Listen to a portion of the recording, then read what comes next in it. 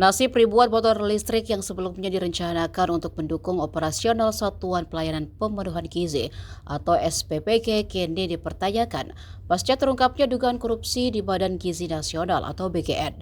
Pengadaan motor listrik ini juga jadi bagian dari penyidikan Kejaksaan Agung dalam kasus yang menjerat para pimpinan BGN Dadan Hindayana CS.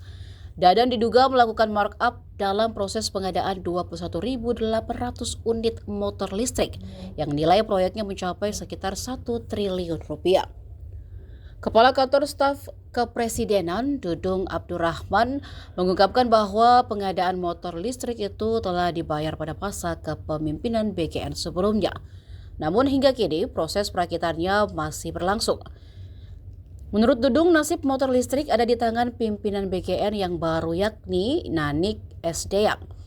Dudung menyebut pemanfaatan kendaraan itu akan ditentukan melalui kebijakan pimpinan baru bersama pemerintah.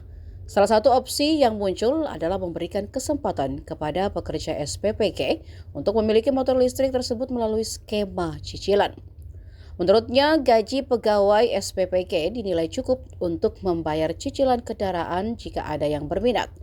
Namun hingga kini pemerintah belum mengambil keputusan resmi terkait skema tersebut maupun penggunaan akhir ribuan motor listrik yang telah dipesan.